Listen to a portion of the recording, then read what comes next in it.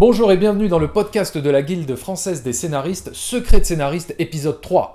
Nous sommes actuellement dans les locaux de la Guilde des scénaristes. Alors pour rappel, la Guilde, c'est l'unique syndicat en France qui regroupe plus de 370 scénaristes professionnels du cinéma et de la télévision. L'objectif de cette émission est simple, vous faire découvrir en profondeur la phase fondamentale de la création d'un film, à savoir l'écriture de scénario. Aujourd'hui, numéro spécial puisque nous recevons une scénariste-réalisatrice, Marie Monge, pour le film Joueur, co-scénarisé par Julien Guetta et avec, en collaboration à l'écriture, Romain Compin, scénariste par ailleurs du film Divine et surtout membre de la Guilde. Tu m'offres une bière? Qu'est-ce que tu fais? Mais rends-moi mon fric. Je te propose un deal. Tu viens avec moi, on partage 50-50. Toi aussi, tu l'as ressenti la décharge hier. Je l'ai vu. Abel! Je me le retrouve. Une sorte d'élu qui pourrait survivre à tout, mais pas à toi. Bonjour Marie, bonjour Julien, merci d'avoir accepté notre invitation. Marie, tu es la scénariste et réalisatrice du film Joueur, en coécriture avec Julien Guetta et avec la participation aussi en écriture de Romain Compin. Alors on a souhaité t'inviter pour mieux comprendre la place du scénario dans un film d'auteur-réalisatrice. Alors le cinéma d'auteur, qu'est-ce que c'est ? En France, ce qu'on appelle le cinéma d'auteur, c'est un cinéma qui est porté de A à Z par son auteur. Donc un auteur qui initie le projet, qui démarre, qui est à l'origine de l'écriture, qui écrit donc son film, qui des fois le coécrit comme c'est le cas aujourd'hui avec le film Joueur, et donc qui trouve les consultants nécessaires, les intervenants, les producteurs, et qui va jusqu'à tourner donc son propre film. Donc dans les médias on parle beaucoup de tournage, on parle beaucoup de comédiens, mais finalement très peu de la conception du film et donc de l'écriture, de la phase d'écriture du film. Et pourtant c'est la partie de la fabrication du film qui est peut-être la plus longue, puisque des fois ça peut prendre 2 ans de travail, même plus. voire peut-être même plus. Et donc c'est justement ça qui va nous intéresser aujourd'hui, et aussi la manière dont tu as réussi à transformer donc, ta matière scénaristique en un film. Voilà, donc avant d'entrer dans les détails de l'écriture, on va d'abord s'intéresser à votre parcours. Donc, est-ce que vous avez suivi par exemple une formation bien spécifique pour être scénariste ou réalisatrice ? Est-ce que vous avez fait une école ? Est-ce que vous avez fait des études dans ce sens-là ? Alors vas-y, je t'en prie. Alors on n'a pas du tout le même parcours avec Julien, parce que moi j'ai pas fait d'école, j'ai fait la fac, j'ai fait Paris 3, la Sorbonne Nouvelle, en cinéma. Donc c'est une fac qui est très théorique, esthétique. Et j'ai fait 3 ans, j'ai fait une licence. Et ensuite j'ai fait des courts-métrages autoproduits, puis des courts-métrages produits. Et j'ai rencontré Julien sur mon moyen-métrage Marseille la nuit. Et c'est avec Julien en fait que j'ai appris à écrire réellement. Parce que moi j'écrivais pour moi, mais la structure et le travail sur le scénario, je l'ai appris sur ce moyen-métrage et ensuite sur le long-métrage avec Julien. Donc c'est Julien qui a été mon tuteur. D'accord. Ouais. Et alors, d'accord. Donc Julien le tuteur, le mentor, quel est ton parcours ? Bon, moi je suis loin d'être un mentor quand on a Marie comme réalisatrice. Moi j'ai fait une école privée de cinéma quand j'avais 20 ans pour faire de la réalisation. D'accord. Où je me suis un peu exercé à tous les métiers du cinéma, j'ai appris plein de choses. En sortant de l'école, j'ai commencé à écrire mes propres courts-métrages. J'ai écrit jusqu'à trouver une boîte de prod qui était intéressée par mes projets, et j'ai commencé à développer des courts-métrages en tant que réalisateur. Et en parallèle de ça, j'ai incorporé la Fémis en scénario. D'accord. Voilà. Et alors justement, quand vous avez réalisé vos premiers courts-métrages, est-ce que c'était des scénarios que vous avez écrits seuls ou vous étiez en coécriture ? Comment ça s'est passé ? Les 2 premiers courts-métrages que j'ai faits, qui étaient des courts-métrages que j'ai faits au sein d'un collectif que j'avais monté, c'était des scénarios que j'avais écrits seule. C'était des films qui étaient écrits aussi pour les comédiens, et donc du coup il y avait un travail d'improvisation autour des personnages qui était très important. Donc du coup c'était des films qui étaient pas scénarisés dans un sens un peu rigoureux du terme. C'était plus des films d'atmosphère, de personnages, inspirés par des gens que j'avais envie de filmer. Et après, grâce à ces films-là, j'ai rencontré un producteur qui m'a proposé qu'on travaille ensemble, avec lequel j'ai développé Marseille la nuit, qui là était un moyen-métrage plus ambitieux et qui aussi pour le circuit de financement devait avoir un scénario plus classique. Du coup, ce moyen-métrage, c'était une commande, par exemple? C'était pas une commande du tout, c'était juste l'envie qu'on travaille ensemble. Donc l'idée de départ, c'était comme j'avais fait avant, c'était d'écrire pour des gens que j'avais envie de filmer. Donc en l'occurrence, c'était 2 comédiens, Sharif Ounougan, Karim Leclou et ma sœur Louise, qui est comédienne aussi. Donc j'avais envie d'écrire pour eux. Et j'ai écrit, j'avais le thème, j'ai écrit là-dessus. Et après, moi, j'avais envie de travailler avec quelqu'un pour avancer sur le scénario et développer structurellement le film. Et c'est comme ça que j'ai rencontré Julien. Et alors justement, quand on est apprenti scénariste, quand on débute dans le métier, comment on gagne sa vie finalement? Moi j'ai fait plein de boulots qui n'ont rien à voir avec le cinéma, jusqu'à récemment. Donc, mais j'en suis j'en suis très heureuse parce que j'aime bien ne pas être que dans un monde de cinéma. C'est aussi ça qui fait que j'avais pas envie d'être dans une école. Moi, j'avais envie de rencontrer des gens, de faire autre chose, voilà. Et du coup, j'ai fait plein de boulots très différents qui, je crois, nourrissent aussi mon travail. Et j'ai travaillé pour les films d'autres aussi à différents postes. J'ai fait un peu de casting. J'ai fait un peu d'assistanat réalisation et puis voilà, donc du coup j'ai appris aussi sur le terrain. Et justement, alors quelle est la leçon la plus importante que tu as apprise ou que tu as appris sur vos premières expériences de court-métrage ou de moyen-métrage en tant que scénariste ou même réalisatrice? Vu que nous, on écrit et on réalise nos propres films, donc moi j'ai envie de... ce que j'ai appris le plus, c'est de mettre à l'épreuve ce que j'avais écrit et de voir un peu ce que ça allait donner après en montage. Ça m'a beaucoup appris sur, je sais pas moi, la caractérisation des personnages, comment raconter une histoire, tout ça. C'était d'appliquer ce qu'on avait pu écrire en amont. J'ai l'impression que ça sert beaucoup à ça, en tout cas, le court-métrage. Mais je pense que c'est un peu pareil. Je crois que ce que ça m'apprend, c'est que plus on a un scénario qui est précis et construit, et plus on est libre en tournage. Je dirais que sinon, on a l'impression de flotter, alors qu'une fois qu'on a quelque chose de le plus solide bien possible, de structuré, où tout le monde... Enfin, c'est aussi un outil pour que tout le monde connaisse le film et le même rapport au sens, et que du coup, tout le monde aille dans la même direction. Et à ce moment-là, je trouve qu'on arrive à être libre, à être surpris, à essayer des choses, mais parce qu'on a une base... solide. Alors je voudrais aussi parler des rencontres. On dit souvent, voilà, j'ai rencontré la bonne personne au bon moment. À quel point les rencontres sont importantes dans ce métier pour vous? Est-ce qu'il est nécessaire de rencontrer une personne pour nous mettre le pied à l'étrier, pour être justement un mentor, pour nous aider, pour nous pousser? Est-ce que vous avez rencontré ce genre de personne qui vous a aidé, qui vous a propulsé? Moi c'est primordial pour moi. Parce que justement quand on fait pas d'école, c'est aussi créer sa bande, sa famille, parce qu'on fait un film, c'est quelque chose de collectif, et du coup, très tôt, moi, j'ai rencontré des gens avec qui je continue à travailler, David Piré, qui est l'un des 2 producteurs de Joueurs, Julien, Ophélie Bruder, qui est la directrice de casting. Voilà, il y a des gens que j'ai rencontrés très tôt, et qui font partie de mon parcours. On a avancé ensemble, ça fait 10 ans du coup maintenant. Julien un peu moins, on s'est rencontrés en cours de route, mais même des comédiens, Karim Leclou, c'est des gens avec lesquels on construit une personnalité de cinéma, ça c'est sûr. Et est-ce que justement ces personnes-là, vous les avez rencontrées, on va dire, naturellement, ou alors est-ce que vous avez provoqué ces rencontres? Est-ce que vous êtes allé dans des soirées pour essayer justement de sympathiser avec telle personne qui pourrait vous apporter telle chose ou... Après, on n'a pas le même parcours. Moi j'ai fait des écoles de cinéma, donc c'est au sein de ces écoles-là que j'ai pu rencontrer aussi des gens. J'écris souvent mes films avec quelqu'un que j'ai rencontré à Fémis qui s'appelle Dominique Baumard. D'accord. Il était en réalisation à la Fémis, moi j'étais en scénario, on était dans la même promo, donc on a fait nos films ensemble. En soirée, ça peut arriver, la vie peut... ça m'est aussi arrivé de travailler sur des projets avec des gens qui n'avaient jamais fait de cinéma, mais ils portaient une histoire en eux, quoi, forte. Après...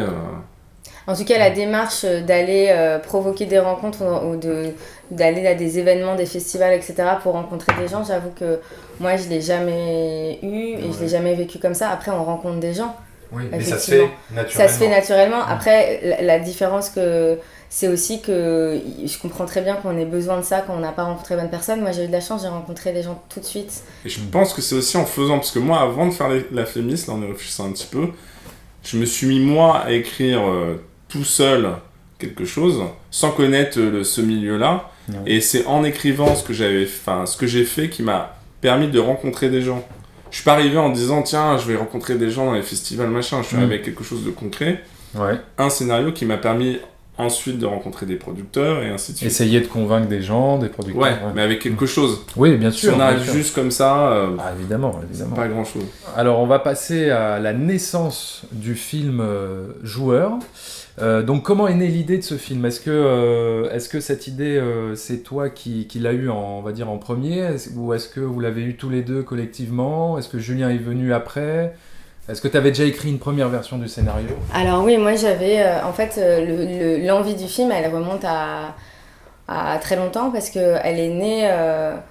elle est née le jour où moi j'ai découvert les cercles de jeu à Paris. Je connaissais j'avais un ami qui jouait, je savais qu'il jouait, et un jour je l'ai accompagné un soir, et le monde que j'ai découvert et les personnes que j'ai rencontrées, les joueurs, m'ont donné envie d'écrire sur ce monde-là et sur ces personnages-là. Et ensuite, il n'y avait pas d'idée précise d'un film à ce moment-là, il y avait cette envie-là. Il y a eu aussi la lecture du livre de Dostoïevski, Le Joueur, qui a fait écho à cette rencontre-là, à ce rapport-là de fièvre, d'addiction. Et donc, il y avait l'idée de travailler autour de ça. Et moi, c'était bien avant même Marseille la nuit. Donc, du coup, pendant des années, un peu ponctuellement, j'ai rencontré des joueurs, des croupiers, des gens qui participent à ce monde-là, même des proches. Et puis après, d'autres types de drogués aussi. Mais voilà, pour faire des entretiens un peu comme ça, au café, ou pour avoir de la matière un peu documentaire. Et à partir de là, quand il a été question d'écrire un premier long métrage, moi je savais que j'avais envie de partir de cette base-là. J'avais déjà écrit une première passe, disons, juste pour poser des choses bien avant, et ensuite on est reparti à zéro avec les producteurs de The Film, qui, sur cette base-là, de se dire faire un film d'addiction, d'amour dans le monde des cercles de jeux parisiens qui était en train de disparaître à ce moment-là, progressivement, les cercles fermés, donc c'était un monde qui était en voie de disparition et qui depuis a disparu. J'ai écrit un synopsis, je crois, de 5 pages pour poser des choses, il y avait déjà le personnage d'Abel à ce moment-là, le personnage de son cousin, il y avait le milieu, il y avait le Demolition Derby, il y avait des éléments comme ça forts. Et là-dessus, Julien est arrivé, je lui ai proposé le projet. D'accord. Et donc il était venu très tôt, quoi. Moi je suis arrivé, il y avait 6 pages, c'est ça.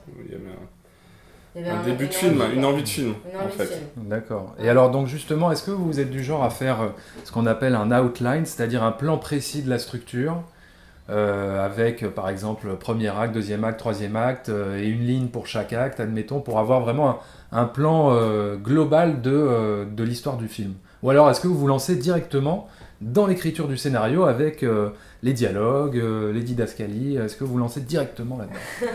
Qu'est-ce qu'on fait ? Alors comment on travaille ? Quelle est votre méthode de travail ? Et je pense que déjà il y a une première partie qui est assez longue, qui est trouver le film. Parce qu'on a une envie de film, après il y a plein de films possibles, surtout avec une matière aussi riche, des histoires que moi j'avais accumulées pendant longtemps, des envies...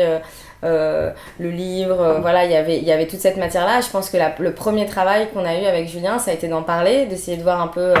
Julien, c'était vraiment des discussions, de voir un peu ce qui décantait, et puis de trouver une entrée un peu intime dans cette histoire-là, en tout cas, qu'il y ait une résonance plus personnelle dans le film. Et donc du coup, je pense que les premiers temps de travail, ça a été beaucoup ça, c'est resté longtemps, hein, la question, c'était de trouver quel film c'est. Ensuite, du coup... C'était de trouver un peu la trajectoire de ce que pourrait être le film, effectivement. Ouais. comprendre Que le la personnage mise- principal et ce que serait son parcours. Son quoi. parcours, l'arc narratif des personnages. Ouais, voilà. Bah, je pense que c'est ça. Avant même de vraiment se lancer précisément dans une structure, il y avait l'idée de se dire qu'est-ce qu'on raconte, de quoi on parle. Il y a l'addiction, il y a une histoire d'amour, il y a un milieu, et voilà, de quoi le film parle et quel est l'angle par lequel on a envie de l'aborder. Et ça a été une première phase de travail. La première question à résoudre avant de se lancer vraiment dans l'écriture, c'est ça? Ouais, et après, Ouais. l'écriture, c'est pas l'écriture du scénario, hein. Il y a l'écriture Bah du justement, traitement, on va en venir. Alors déjà, par rapport aux personnages, comment vous travaillez vos personnages? Est-ce que vous faites par exemple comme dans les séries télé où vous créez une bible des personnages? Est-ce que vous leur inventez une biographie? Ou alors est-ce que vous vous inspirez de gens que vous connaissez vraiment pour écrire vos personnages? Bah, là, je pense que... Enfin, on n'a pas écrit une bible dans le sens où on n'a pas une bible, nous, cachée des personnages. Après, on s'en parle beaucoup. Moi, il y avait plein de gens différents, en fait, qui m'inspiraient. Donc, du coup, avec ça, ça a créé le personnage d'Abel qui est apparu le plus tôt. Et puis, le personnage de son cousin aussi. Et puis, cet environnement-là, le garage, il y a des tas de choses comme ça qui sont venues très vite. Et après, on se parle beaucoup de ce qu'ils ont traversé, d'où ils viennent, de quel est leur besoin, quel est leur désir, là où ils en sont quand le film commence. Vous essayez de leur trouver un passé? Bah, Ou on pas les charge, forcément, pas forcément. on les charge, quoi. Ouais. On leur trouve de la matière, en fait, à Une ces caractéristique, Ouais. vous essayez de Après, travailler c'est pas sur une la bible comme on peut l'imaginer en série, D'accord. typiquement avec la photo d'un personnage imagé et puis avec une petite bio à côté. Non, Oui, mais voilà. ça revient à peu près à la même chose, Ouais. en fait. Mais c'est plus dans des discussions, c'est plus Marie, c'est quelqu'un qui arrive avec plein de matière parce qu'elle fait plein de rencontres de gens qui l'inspirent. Et donc de là, après, c'est de faire un peu le tri, d'essayer de comprendre un peu mieux qui sera le personnage principal, tout ça. Et donc justement, alors quand vous avez trouvé l'idée du film, vous avez cerné à peu près les personnages que vous vouliez raconter, comment vous procédez par la suite? Est-ce que vous passez par toutes les étapes, on va dire, classiques de l'écriture d'un scénario où vous démarrez avec le synopsis, traitement, séquencier, continuité dialoguée, ou alors, encore une fois, est-ce que vous lancez directement dans l'écriture du scénario Non. avec les dialogues, les actions? Non, on a suivi les étapes. Après, ce qui s'est passé de particulier sur ce projet-là, toujours dans l'idée de trouver le film, c'est que on a trouvé un film possible avec des personnages qui étaient là, qui étaient encore une fois les personnages masculins. Et à un moment donné, quand on avait un traitement qui plaisait à tout le monde et qu'on allait passer en première version dialoguée de scénario, qui était validée, etc., moi, il y avait quelque chose qui accrochait. Que j'arrivais pas à mettre la main dessus, mais il y avait quelque chose qui m'appartenait pas, que j'avais du mal à investir en fait.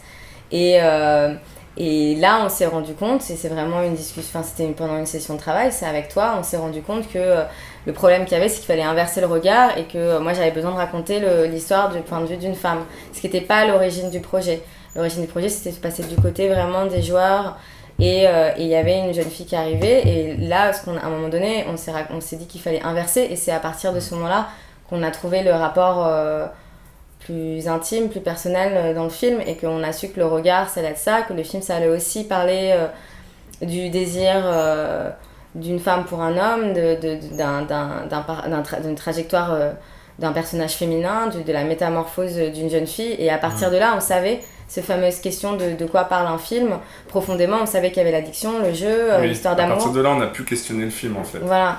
Là, on savait que c'était qu'est-ce que cette fille, comment cette fille va se construire à travers cette histoire, en fait. Et donc, à partir de là, le projet s'est structuré autour de son parcours à elle. Et c'est vrai qu'il y a eu besoin de cette inversion-là. Mais on est passé effectivement d'abord par un traitement avec Abel en personnage principal. Ouais. D'accord. Et quand vous avez trouvé donc la bonne structure, c'était au moment du séquencier, du synopsis? Non, c'était plus au moment du traitement. Quand on passait en version dialoguée, voilà, en fait. En version dialoguée, d'accord. On se sentait prêt à partir en écriture de la première de la V1. D'accord. Et alors, Mais, ouais. pardon, Vas-y. c'est juste ce que dit Marie, quoi. C'était qu'on sentait qu'il y avait quelque chose qui frottait encore, malgré le fait que le film fonctionnait, du moins sur le papier, au traitement. Et dès là, on a inversé les choses, on est reparti en traitement, en inversant les rôles. D'accord. Féminin, masculin. Alors, combien de pages, par exemple, fait un synopsis? Combien de pages fait un C'est un synopsis synopsis. Je sais pas, ça dépend. Ça doit faire combien de pages? Il n'y a pas de règle. Non. Ah, il n'y a pas de règle. Non. Il n'y a jamais de règle. Mais à la différence entre synopsis et traitement, le traitement c'est plus long généralement? Oui. En fait, le traitement, tu développes le film sur la longueur. Un synopsis se veut de résumer un peu plus le film, quoi. D'accord. Le synopsis peut s'arrêter avant la fin du film ou il doit couvrir toute l'histoire du film? Oh non, en étape de travail, il faut qu'il finisse le synopsis. Non, mais Il l'idée, faut c'est qu'il qu'il faut ait- quand même qu'il y ait ouais. les mouvements. En tout cas, je dirais que Qu'il y ait cette dans trajectoire. le et que- Du moins que synopsis, tu il faut qu'on sentes sente le mouvement la du trajectoire du film, quoi. Ouais. D'accord. Je pense que d'accord. c'est le plus important. Et l'ambiance du film.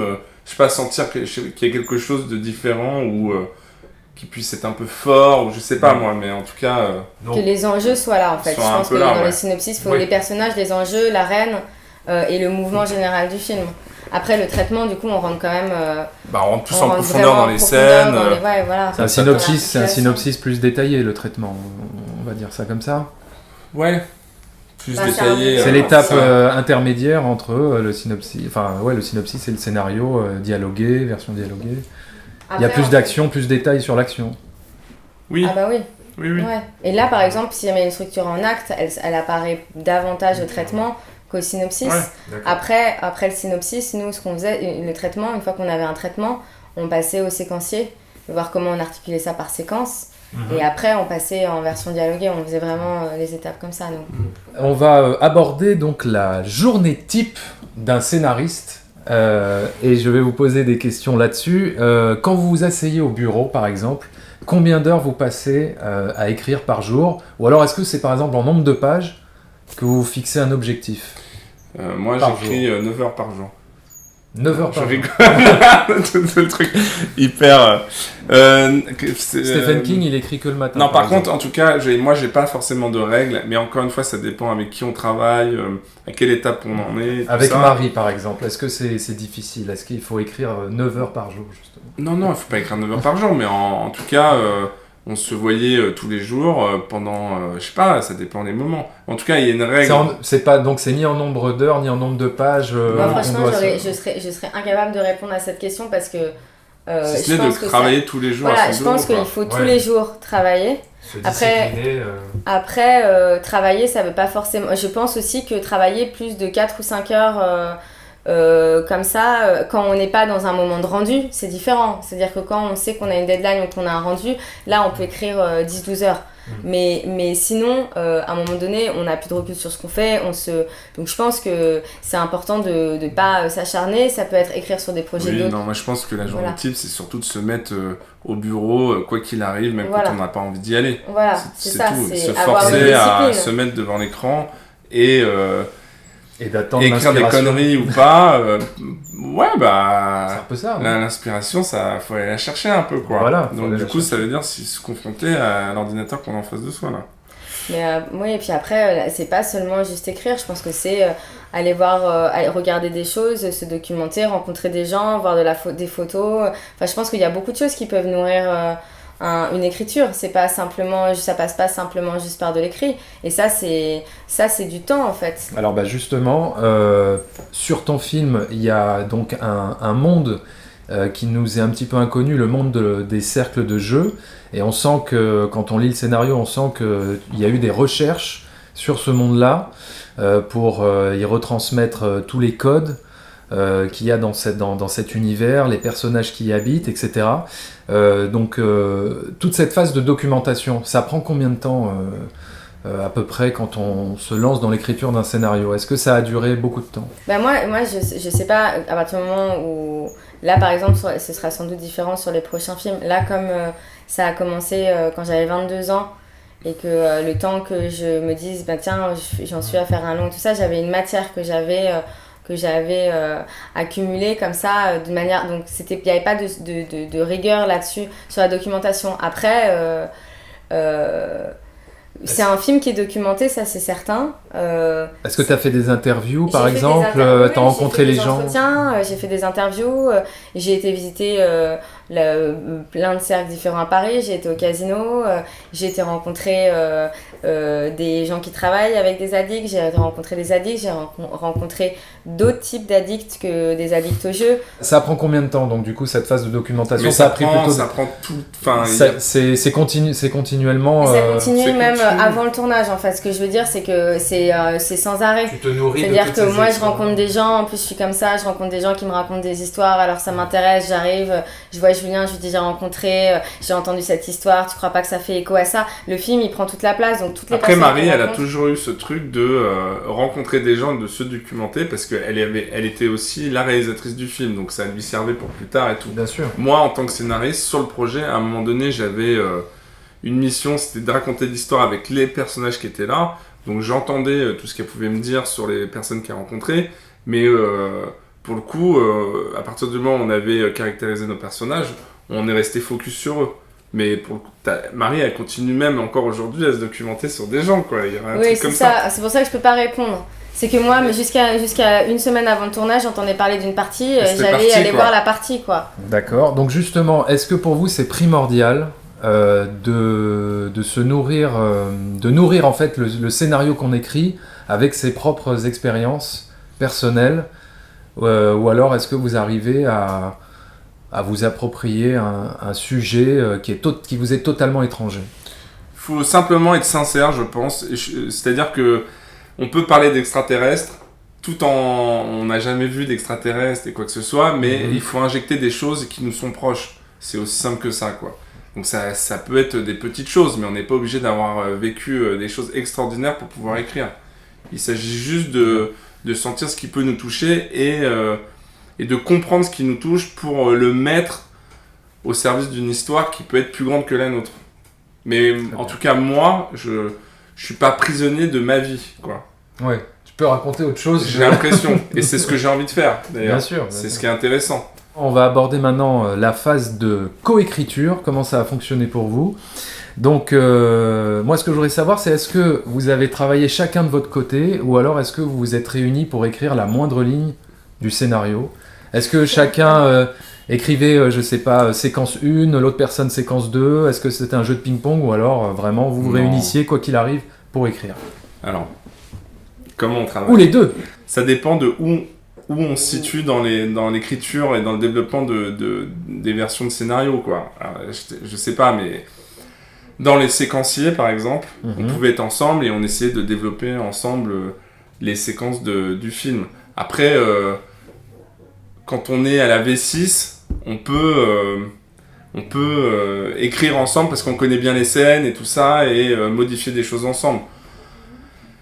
Je sais pas, des fois quand il s'agit de se lancer dans la V1, eh ben on peut se dire tiens, envoie-moi les 5 premières scènes et moi je ferai les 5 suivantes. On faisait des choses comme ça, quoi. On a fait un peu ça à un moment. Après, et globalement, je dirais que nous, ce qu'on faisait le plus, c'est qu'on faisait des réunions très denses à tableau et tout ça, Ouais. où c'était beaucoup sur la structure, et y compris la structure des scènes à l'intérieur même des scènes, etc. Et que souvent, moi, j'écrivais parce que ça me permet aussi de penser à la mise en scène et d'essayer des choses et tout ça, que j'envoie à Julien. Julien me fait un retour. Et à partir de là, on se revoit et là, on travaille ensemble et là, on peut Et après, réécrire on refait ensemble. la scène Je ensemble. dirais que c'est plutôt comme ça. Après, Ouais. c'est arrivé que des choses que j'arrive pas à écrire, Julien les écrive. C'est arrivé que, effectivement, selon les étapes d'avancée du scénario, on parte une semaine tous les deux et là, on écrit à 4 mains. Mais ça dépend vraiment des étapes. Mais on n'avait pas de méthode. Il y a des gens qui écrivent entièrement, ensuite ils réécrivent entièrement. Nous, on n'a pas du tout fonctionné comme ça. On a fonctionné en Non, mais disons que discussion nous, permanente, en fait. notre méthode de travail, en tout cas tous les deux, c'est beaucoup de structure, quand même. Ouais. C'est-à-dire que le matin, on se voyait pour parler un peu de la trajectoire des personnages, de savoir où on allait et de détailler précisément les scènes qu'on allait faire. Effectivement. Après, souvent, effectivement, c'est Marie qui écrivait la scène. Elle me l'a renvoyée, moi je la corrigeais, enfin je mettais des impressions et tout. Vous faites des allers-retours entre vous sans forcément vous voir. Si, on ça se peut voit se faire- souvent. On se voit beaucoup. On se voit tout Ah, le vous temps. voyez, quand On même. se Non, voit mais quand souvent. vous dites que Marie, par exemple, envoie à Julien une scène. Non, mais en fait, ce qui se passe, c'est que le matin, on se Ouais. voit tous les deux. Ouais. Et vraiment, il y a ce truc du tableau, clairement, hein, où on met les scènes qu'on va faire et structurellement ce que sera le film. On a le squelette en face de nous du film. Ouais. Donc on précise enfin, vraiment c'est de la précision de ce que sera la scène, comment elle va s'articuler, tout ça. De là, l'après-midi, on part en écriture. Souvent, c'est Marie qui écrit.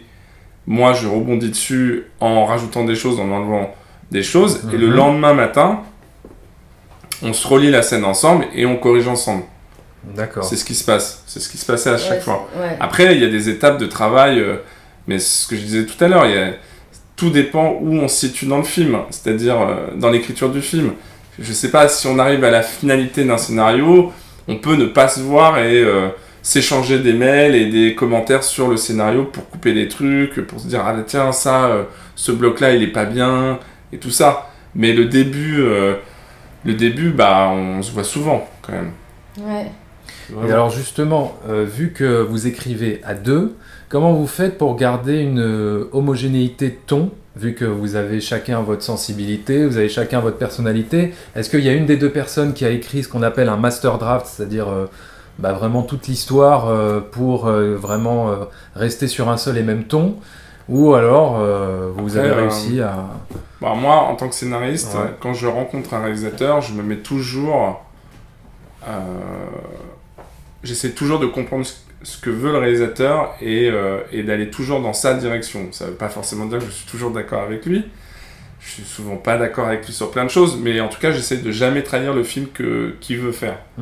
Donc, le diapason, il se fait assez rapidement au moment où on trouve le film ensemble, quoi. Ouais. C'est d'où les grandes discussions du début pour comprendre le film que veut faire le réalisateur. Ce sera jamais mon film, et moi, je suis toujours au service de quelqu'un, quoi. Clairement. D'accord. Donc même dans les scènes, quand j'écris des scènes que j'aime bien, hein, ça arrivait, bah qu'elle coupe les choses, etc. Si ça lui plaît pas, j'irai jamais contre ça. J'essaierai de comprendre pourquoi elle aime pas. Et on trouvera toujours une solution ensemble pour qu'elle se sente à l'aise au tournage, pour qu'elle soit pas bloquée en fait. Donc il n'y a jamais eu de... Pour le coup, on n'a jamais été dans le conflit de se dire conflit de ah non, ton, attends, ça c'est moi, là, j'adorais non. ce truc et tout, pas du tout. Non, je pense Vraiment qu'il y a pas. des... Je pense que plus qu'une histoire de ton, je pense qu'il y a il y a des thèmes qui nous appartiennent plus ou moins à l'un ou à l'autre. Et que ça c'est intéressant Ouais. aussi dans l'histoire alors, des joueurs, pour le coup, structurellement, et vers quoi on veut emmener le film, ou on peut en parler, mais moi, souvent dans le film, le personnage principal, On parle d'Ella. on parle d'Ella, Ouais, ok. j'avais le sentiment et la conviction qu'il fallait traiter toute sa famille autour d'elle, quoi. Beaucoup. Et pour mieux la comprendre, tout ça. Bon, après, avec Marie, ça a été des grandes discussions là-dessus, où je pense qu'on se comprenait, mais c'était moins évident. C'est ça? Mais je pense qu'il y avait un besoin d'ancrer, alors évidemment d'ancrer le personnage dans un monde et tout ça, et puis de savoir quel était son problème, son aspiration, là où elle en était. Donc ça, c'était des discussions, comme on a eu ça sur tous les personnages. Après, c'est vrai que même juste structurellement, il y avait des étapes d'avancée du scénario, peut-être psychologique, comme ça, de elle, son rapport à sa famille, par quoi elle passe, etc. Et donc, il y avait ce rapport-là à la famille qui était beaucoup plus présent dans le scénario que ce qu'on peut retrouver dans le film. Et c'est vrai que ce rapport à la famille-là, il vient bien plus de Julien que de moi, parce que moi, le projet de film avec lequel je suis arrivée, c'était l'addiction, l'histoire amoureuse, la passion, un embrasement, et puis finalement, quand on a trouvé le personnage féminin, l'angle féminin, c'était de dire comment une histoire, une aventure comme ça, parce qu'il y a un côté film d'aventure, quelqu'un qui s'embarque dans un autre monde, qui va vivre des choses, des étapes, et comment ça va être, elle va grâce à ça s'émanciper, en tout cas se trouver et devenir une femme et aller à sa rencontre et s'inventer elle-même. Moi, c'était ça, les thèmes et les choses qui m'importaient. C'était l'histoire d'amour, c'était plus... Voilà. Et c'est vrai que tout le rapport autour de quoi elle devait s'extraire, de la famille, du rapport au père, etc. Ça, c'est Julien qui est venu avec cette dimension. En tout cas, on en parlait, mais c'est vraiment c'était beaucoup plus porté par Julien. D'accord. Et c'était beaucoup plus des séquences que Julien pouvait écrire. Par exemple, quand on parle des séquences qu'on se partageait, moi, j'écrivais beaucoup plus volontiers les scènes d'amour, les scènes de jeu, les scènes de milieu, les scènes de genre, que les scènes d'une chronique plus familiale. Voilà, c'était moins les scènes de confrontation familiale et des choses comme ça. C'est quelque chose qui était moins personnel. Et là où c'est intéressant, c'est que c'est quand même comme ça que le scénario a été écrit. On a tourné le film comme ça, avec des super acteurs, des séquences qui sont vraiment réussies. Et au montage, le film était très long, enfin ça arrive qu'il faille retrouver une bonne dynamique, retrouver le film au montage. Et ben en fait au montage, ce qui est tombé à un moment donné, ça a été ce monde-là et cet ancrage-là et ce rapport familial-là qui reste dans le film, mais qui est vraiment amoindri par rapport à ce qu'il y avait sur la version écrite, quoi. Et ben vraiment, et qui du coup moi finalement comme si j'étais revenue à la dernière étape, à la première envie du film, et que par contre ce que ça avait chargé, c'est que je pense que si là on parle de ce qui se passe quand on est sur un plateau, et ce que je disais, quand on a quelque chose d'une base qui est très solide, c'est que ça a nourri les comédiens, ça a nourri particulièrement le travail de Stécie.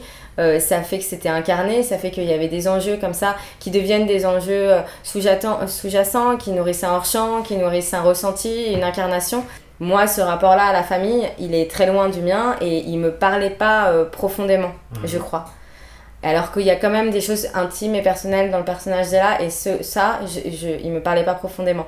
En revanche, je pense qu'il parle profondément à Julien, et que si on regarde nos deux films, Rouler Jeunesse, le film de Julien qui sort 2 semaines après Joueur, le 25 juillet, avec Éric Judor et avec Brigitte Drouin, il y a vraiment l'histoire d'un homme qui a un rapport familial proche, qui travaille dans une entreprise familiale, qui a un rapport avec sa mère, qui est dans un conflit. Pour le coup, toi, ça fonctionne beaucoup sur la confrontation. Ah bah oui, mais moi, après, c'est l'un des centres de mon film, quoi. Voilà. Mais ces thèmes-là, quand on parlait de tons, c'est pas des tons qui sont compliqués à trouver, c'est que comme on travaille ensemble depuis qu'en fait on est proches et tout ça, et qu'on arrive quand même avec ce qu'on est quand on travaille, et ben il y a des thèmes qui se mêlent, et finalement c'est assez étonnant de voir que quand on réalise, et ben chacun récupère ses thèmes d'une certaine manière. Alors c'est vrai que moi tout ce qui est familial, tout ça, c'est des choses que j'aime bien traiter, mais j'étais persuadé dans le film de Marie qu'il fallait une base forte là-dessus pour mieux comprendre le personnage et pour... mais je pense que ça a quand même servi, ce que dit Marie, ça a nourri les acteurs, ça a nourri Marie sur plein de choses. Et surtout, c'est le film qui a été financé aussi. Il y a ça aussi, il faut dire que ce dont je parle de faire un film qui croit plus à l'incarnation, ça peut pas exister au scénario. C'est-à-dire qu'au scénario, on a quand même besoin d'avoir une accroche à l'écrit sur le parcours du personnage. Et ce qui est magique avec le film, c'est que d'un coup, il y a une incarnation, des choses qui passent, des émotions qui passent chez les comédiens et tout ça, qui font que moi, je trouve qu'on peut enlever, en fait, pour pas être prisonnier du scénario. Oui. Voilà, et justement, c'était ça, je voulais en venir à cette question. Est-ce que ces changements, ils sont intervenus sur le tournage ou plutôt au montage ? Est-ce que vous avez retiré un petit peu de cet aspect familial, plutôt au tournage ? C'est au montage, quand on s'est retrouvé avec un film de 3 heures qui avait toutes ces thématiques-là, etc., et qui fonctionnait pas parce qu'un film de 3 heures, il faut du souffle et tout ça, c'est quand même... Il faut aussi dire qu'on fait un film de 3 heures. Nous, on s'était dit qu'on voulait faire un film qui aille vite, qui a un rythme d'engrenage, etc. Donc du coup, il y a des choix à faire et ça a été long. Quand je dis ça, c'est pas... on n'a pas eu la clé comme ça. Mais il se trouve qu'au fur et à mesure, le film se trouvait, parce qu'il y a ça aussi qui se passe en montage, c'est que le film, en fait, il se trouve dans un rythme, c'est une nouvelle écriture. Et le film s'est trouvé dans l'élan du personnage féminin, dans cette histoire d'amour, dans cette aspiration. Moi, je voulais vraiment que le film ait un rapport à l'aspiration comme ça. Et du coup, le rapport familial tombait un peu, il en reste, et moi je le trouve du coup d'autant plus émouvant, je crois, que quand il revient, on l'a oublié comme elle, et on est dans on redécouvre ces gens, on se dit qu'on les a abandonnés comme elle les a abandonnés, et qu'en fait ça crée quelque chose dans un rythme et dans une matière de cinéma qui fonctionnent pas de la même manière en écriture. Je pense que l'émotion, elle serait pas la même au scénario, si on avait pris ce parti pris-là, je veux dire. Quand vous vous retrouvez au montage et que vous devez justement enlever des scènes que vous avez écrites, est-ce qu'il y a une forme de... pas de tristesse, mais de regret, ou alors est-ce que justement vous considérez que le scénario, c'est pas forcément une œuvre gravée dans le marbre, et que c'est une œuvre qui est amenée de toute façon à évoluer à travers toutes les étapes de production, que ça soit au tournage, vu les contraintes des fois de tournage, on peut pas forcément tourner la scène comme on l'avait prévu, comme on l'avait écrit, et pareil au montage, effectivement on se rend compte que sans cette ligne de dialogue et sans cette ligne de dialogue, la scène fonctionne encore mieux, l'émotion est passe encore plus facilement. Enfin, est-ce que donc voilà, au moment du montage, vous arrivez facilement à enlever ce que vous avez écrit en fait? Facilement. En tout cas, moi, j'ai pas de rapport sacré au scénario, ça c'est sûr. Même pas forcément de rapport sacré. Même, alors, il y a des dialogues auxquels je tiens, il y a des séquences. Le scénario, il est quand même construit. Voilà, et donc, il y avait un rapport au dialogue de temps en temps qui était important. Mais moi, je suis plutôt, à l'inverse, c'est assez libre. Comme je dis, comme c'est bien structuré, après, j'essaye que ça reste libre. Et d'être disponible en fait au tournage. C'est arrivé au tournage d'inverser des séquences, comme là j'ai inversé le point de vue. À un moment donné, c'est arrivé sur le plateau où ce qui est écrit et ce qui marcherait bien en scénario, tout ça, là je me rends compte en situation que maintenant je connais mes personnages. Au bout de 2-3 semaines de tournage, là ça prend pas, ça marche pas, et ça m'intéresse plus si je renverse, et c'est le tournage qui me fait me rendre compte que en fait si j'inverse c'est plus intéressant, ça a plus de sens, donc on continue à écrire au tournage, ça c'est sûr. Vous avez fait appel à un consultant en écriture, ou comme on dit aux États-Unis d'Amérique, un script doctor qui s'appelle Romain Compin. Pourquoi vous avez fait appel à lui, et à quoi sert un script doctor? D'avoir un œil extérieur à un moment donné où nous on peut être un peu fatigué et Justement, à quel moment il est intervenu dans les étapes du scénario? Très très tard. Ouais, tard. Et ça nous a permis, Romain il est arrivé en reposant des questions qu'on avait pu se poser il y a longtemps et tout ça, et ça nous a permis de recentrer un peu les personnages du film, ce que voulait raconter Marie. Ça nous a fait du bien, quoi. C'est un œil extérieur qui nous ramène de la fraîcheur sur le film, quoi. Ouais. Et comment ça fonctionne justement? Est-ce que cette personne-là qui est consultant réécrit le scénario, se réapproprie le scénario, ou alors juste il met des notes, ça se passe en plusieurs rendez-vous? Comment ça Ça dépend des gens. Là, en l'occurrence, avec Romain, il est venu à un moment où on avait un scénario qui était quand même déjà solide, mais qui était très ambitieux, qui était très gros. On savait que le film, on ne pourrait jamais le faire aussi dense. C'est-à-dire, il faisait combien de pages, par exemple, le scénario? La dernière version, cette version-là. Avant qu'il arrive, le scénario était très dense. Disons qu'il y avait des étapes, il y avait beaucoup de choses. Il y avait trop de choses. Il y avait trop de choses. D'accord. Et effectivement, il y avait nous. Alors, pendant une écriture, on est là, mais il y a des producteurs qui sont là et qui développent le film. Donc, nous, nos retours, c'était... David Piré, Michael Gentil qui faisait des retours sur le scénario, qui nous orientait, qui nous faisait Et à un moment donné, tous, nous deux, les producteurs, etc., ils avaient besoin comme dit Julien, d'une fraîcheur, de quelqu'un qui revienne remettre aussi en cause 2-3 choses, et puis qui puisse avoir le recul pour savoir que cette matière-là, si on l'enlève, le film il continue à tenir debout, etc. Et en fait, peut-être à repréciser des choses. Mais il n'est pas arrivé en mode on va tout changer. Encore une fois, ça se fait en tout cas avec Romain, sur ce film-là, ça s'est fait, on a discuté ensemble, il a compris ce que voulait Marie. C'est des réunions à 3. On était à 3, puis après ils se sont vus. Et puis Romain, il prend pas le scénario et il écrit pas, si vous voulez, c'est pas du tout comme ça que ça se passe. Voilà, c'est ça que je voudrais savoir. Comment ça se passe concrètement? Est-ce que c'est juste des discussions, ou est-ce qu'il vous fait toute une note Romain, il fait des notes, je sais plus, je crois qu'il faisait des documents écrits. Il préparait beaucoup les séances, du coup quand il arrivait, il avait surtout des questions, des choses, des suggestions, etc. D'accord.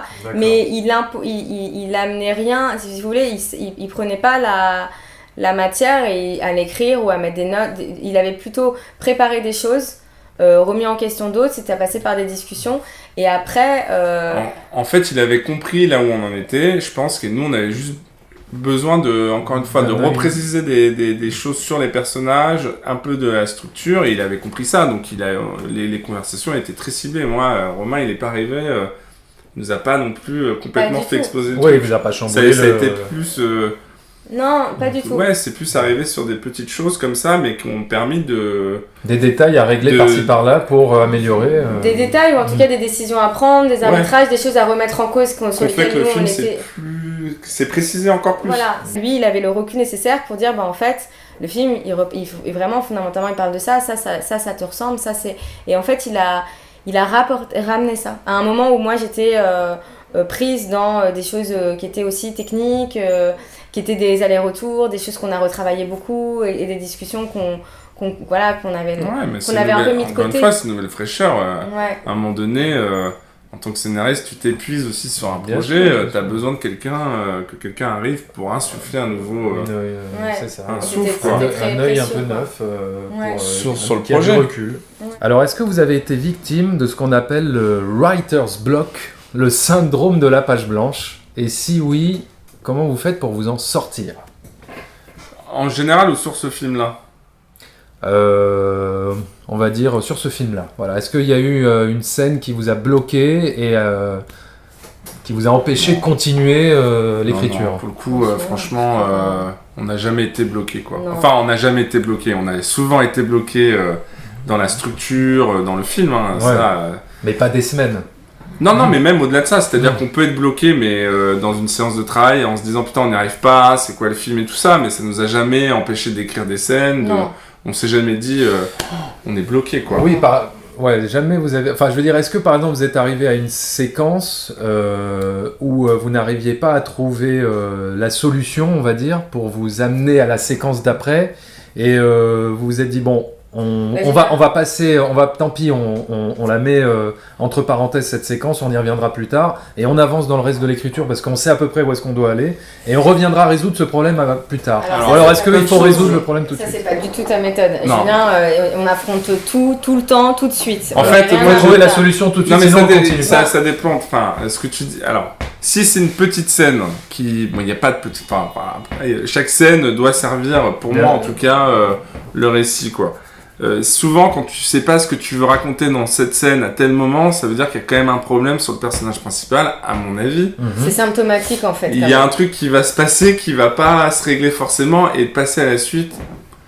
Enfin, moi, je suis pas. J'ai une petite expérience, mais déjà de cette petite expérience, je m'aperçois que c'est pas le bon truc à faire, quoi. Moi, je dis souvent, quand on bloque là, bah, revenons un peu en arrière et essayons de comprendre pourquoi on bloque. Peut-être que le personnage n'est pas assez précis, peut-être la trajectoire n'est pas assez claire. Mais non, franchement, on essaie d'affronter les choses, quoi. En combien de temps vous avez écrit la V1 du scénario? Ouais, toutes ces questions très précises, moi je ne sais À pas. peu près. La à peu près. V1. Ouais. Ça s'est fait sur combien de temps? À partir Je du pense- synopsis initial. Je pense, Franchement, je sais pas. En fait, je pense que ce qui prend le plus de temps, Ouais. honnêtement, c'est le traitement, je crois. D'accord, Ouais. c'est le traitement. Parce qu'une fois pense qu'on que a, une fois que- qu'on sait vraiment où on va et que structurellement on est là, il faut trouver des choses pour nourrir. C'est aussi, il faut ramener de la mise en scène, il faut trouver des scènes dans les séquences et tout ça. Ça peut prendre du temps, mais c'est pas le plus long, je pense. Plus long, c'était de trouver le film, Et puis de toute façon, le scénario s'écrit jusqu'au tournage, jusqu'au jour Oui, du après, tournage, attention, presque, ce enfin, qu'on disait tout à l'heure, c'est effectivement, ça s'écrit sur le tournage et tout ça, il y a rien de figé avec Il y a le rien de scénario, figé, mais voilà. quand même, il faut avoir cette... Oui, bien sûr. il faut nous avoir deux, cette- en tout cas, on est pour l'idée que plus le scénario sera abouti, plus le film sera... plus on pourra faire de choses en tournage, plus Bien on se sûr. sentira libre. Il y a des décisions comme ça au moment de la mise en route du film où il faut adapter le scénario à la réalité économique et concrète du film. Et ça a lieu en prépa. Et puis ça peut avoir lieu sur le tournage, c'est-à-dire que parfois on prend du retard, il y a des choses, on perd un décor, on perd un truc et on se demande... Et c'est pour ça que plus on a un scénario qu'on connaît bien, en fait, avec des enjeux qui sont là, où on se dit, bah tiens, ça peut être rebasculé là, cet enjeu-là, il est incarné de cette manière-là, plus on peut se permettre d'être flexible en tournage et de pouvoir rebondir et que ça ne devienne pas une souffrance ou des choses qui bloquent justement, parce qu'on peut se retrouver bloqué en tournage. Il y a une scène qui fonctionne pas Et si on n'est pas très sûr des enjeux ou de la place de la scène qu'on n'a pas suffisamment questionné, on ne sait pas comment rebondir. Et pour continuer à parler de la suite du scénario au tournage, la personne qui est garante de ça, c'est la script, qui elle est la garante des enjeux du scénario et qui a justement qui fait ce travail-là et qui est le meilleur allié sur un plateau de retour au scénario et d'adapter le scénario au moment du tournage. Alors donc on va aborder maintenant la phase de transformation du scénario vers le tournage du film. On sait que sans comédien connu, c'est difficile de monter un projet. Et donc dans Joueur, il y a un très beau casting avec Tahar Rahim, donc bien sûr qu'on avait découvert dans Un prophète, et Stécie Martin qu'on avait aussi donc découvert dans Nymphomaniac et dans Le Redoutable de Michel Hazanavicius. Comment ça s'est passé avec les comédiens? Qui c'est qui les a trouvés? Est-ce que c'est vous qui êtes allé les chercher? Vous avez appelé leur agent? Est-ce que c'est les producteurs qui les ont appelés? Comment ça s'est passé? Stécie, moi, comme je disais, je l'avais en tête parce que je l'avais rencontrée au moment de Nymphomaniac. Après, 2 ou 3 ans après, au moment du casting, on lui a proposé le scénario. Donc elle l'a reçu par mail, par mois dans sa boîte mail. Et le directeur de casting, Richard Rousseau, avec qui on travaillait sur les rôles principaux, a appelé son agent et a envoyé le scénario à son agent. En fait, les choses, elles se sont faites assez classiquement. Par contre, la rencontre avec Stécie, ça a été... je l'ai rencontrée seule. On s'est revus, on s'est parlé du film. Et comme je pense vraiment que il faut que les deux se choisissent, c'est aussi savoir si on va pouvoir travailler ensemble, si on se comprend dans le travail. Avec Stécie, on a eu une séance de travail, un casting ensemble pour voir si elle comme moi, on se sentait de travailler ensemble.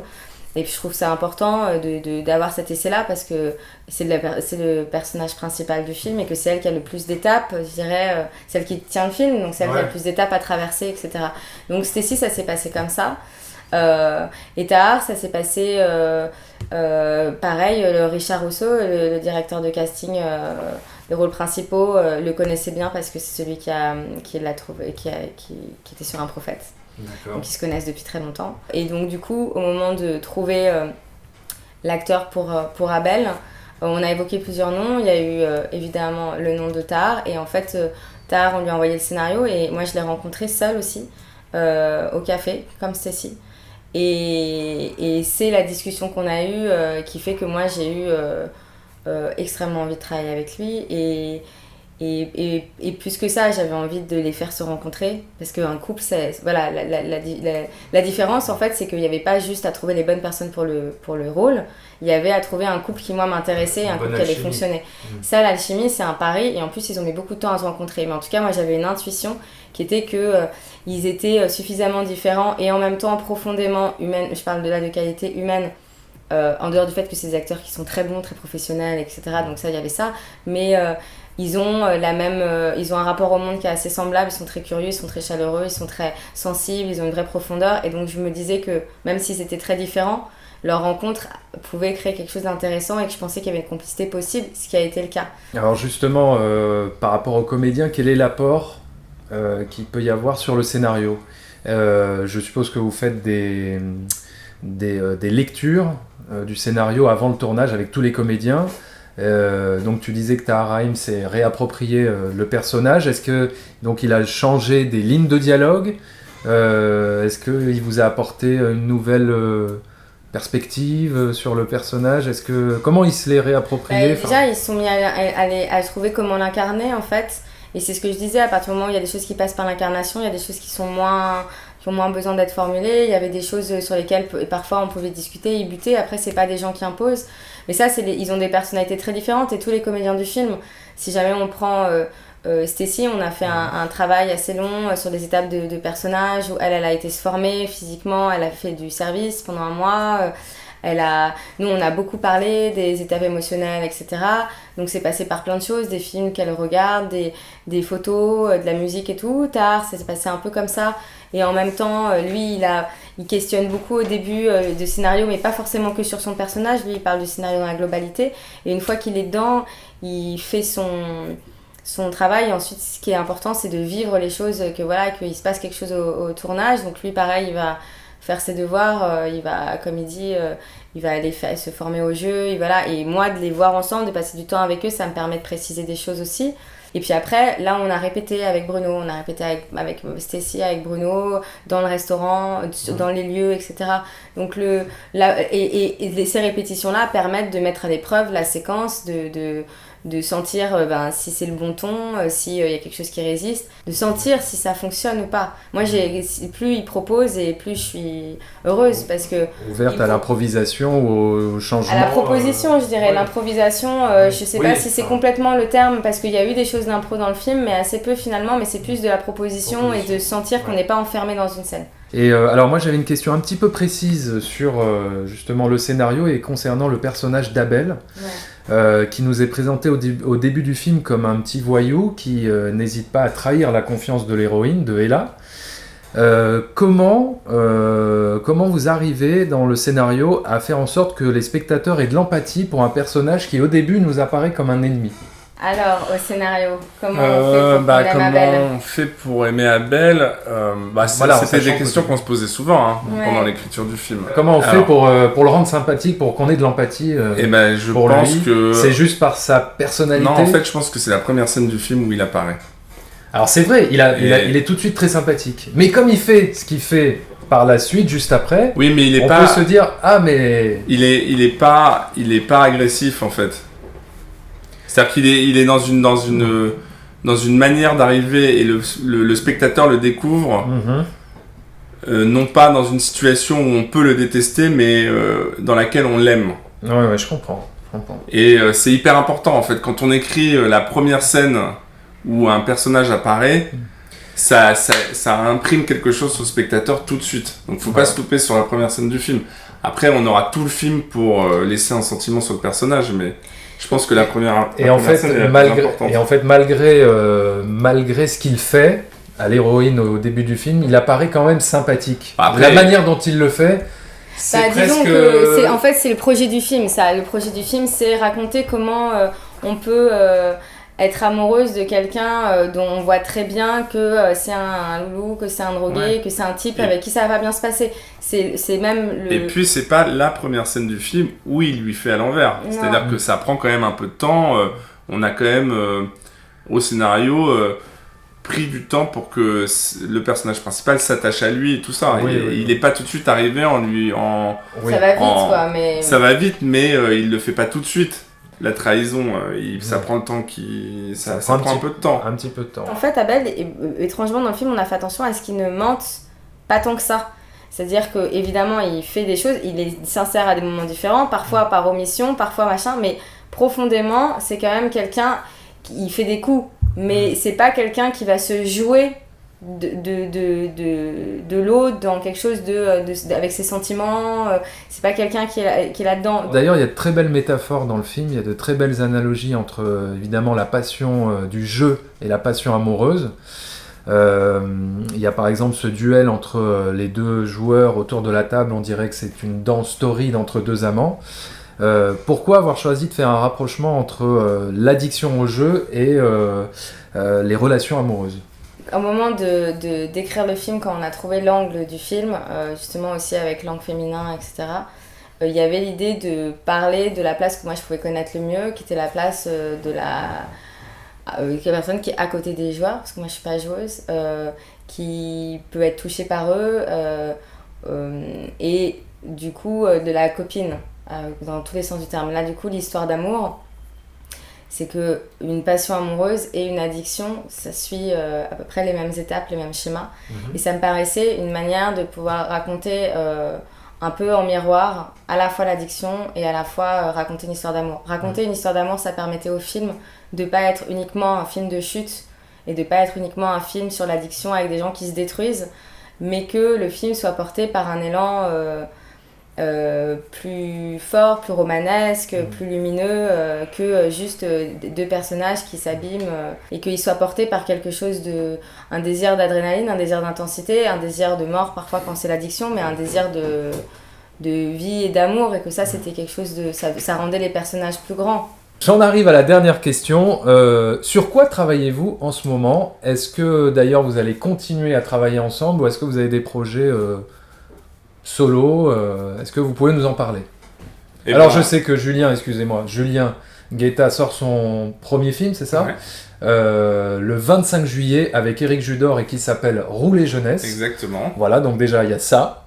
Ça, c'est la grosse actu avec les joueurs qui sort le 4 juillet. Voilà. Et donc, Bah au-delà non, de ça, quels sont vos futurs projets? Avant d'arriver ici, on était déjà en train de parler de nos futurs projets. Je pense qu'on va continuer à travailler ensemble. On est quand même très proches et très complices, donc du coup, On se parle de on tout. se parle de nos projets, on échange ensemble, donc c'est du travail en permanence, quoi. Après, c'est d'écrire nos prochains films, en fait. Et vous avez déjà une idée ou vous voulez pas trop la Ouais, révéler tout de ouais. suite, peut-être? On a des idées, mais là, pour l'instant... Ah oui, non, on a on des a- idées. Là, ouais, clairement, là, on... Oui, oui, mais vous pouvez rien révéler aujourd'hui, une non. exclusivité, rien du tout. Hein. Pas du tout. Non. Voilà. Pas d'extraterrestres donc. C'est possible. Ah, c'est possible. Bon, d'accord. Ok, alors dernière chose, si vous aviez un conseil à donner à un débutant scénariste, quel conseil vous lui donneriez? Vous pouvez vous adresser à lui directement en regardant la caméra, l'objectif. Si vous pouviez lui donner un conseil, qu'est-ce que ce serait? Allez-y, c'est à vous. Un conseil, moi je dirais tout simplement écrire, en fait. Hein. En fait, c'est pas... Ne jamais s'arrêter d'écrire. Non, mais en fait, pour moi, en tout cas, je me suis pas dit, ça s'est fait. Je me suis mis devant l'ordinateur, j'ai écrit au fur et à mesure des histoires, essayé d'écrire des histoires, et j'ai compris au fur et à mesure ce que pouvait être mon univers, mes thèmes, mais je l'aurais pas compris si j'avais pas commencé à écrire n'importe quoi, en fait, en me faisant plaisir, en ne projetant pas 1000 choses, en me disant pas putain je vais faire mon chef-d'œuvre et tout. Non, je suis parti sur je sais pas n'importe quoi, mais en tout cas je me suis mis devant un écran et j'ai essayé de raconter une histoire. Ne pas avoir peur de se confronter à l'autre, de se confronter à un écran, toujours vivre au cinéma, quoi.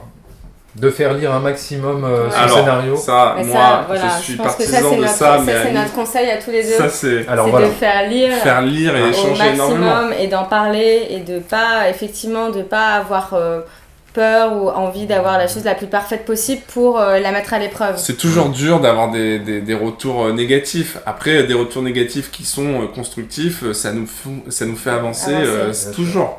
Et puis comme ça, plus on en parle et plus on fait lire et plus on comprend en fait le film qu'on a envie d'écrire et ce qu'on est en train de faire en fait. Voilà, nous espérons que ce 3e numéro de Secret de Scénariste vous a intéressé. N'hésitez pas à aller sur la chaîne de la Guilde et abonnez-vous. Abonnez-vous puisque vous verrez régulièrement des nouvelles vidéos sur tout ce qui touche au scénario en France. Allez découvrir également le site internet de la Guilde des scénaristes où vous trouverez une mine d'informations sur l'actualité des scénaristes français, ainsi qu'un centre de ressources couvrant toutes les facettes du métier. Enfin, je vous propose des critiques de films sur ma chaîne YouTube The Film Talker, alors n'hésitez pas à venir faire un tour et à vous abonner. Voilà, Secret de scénariste épisode 3, c'est terminé, à très bientôt.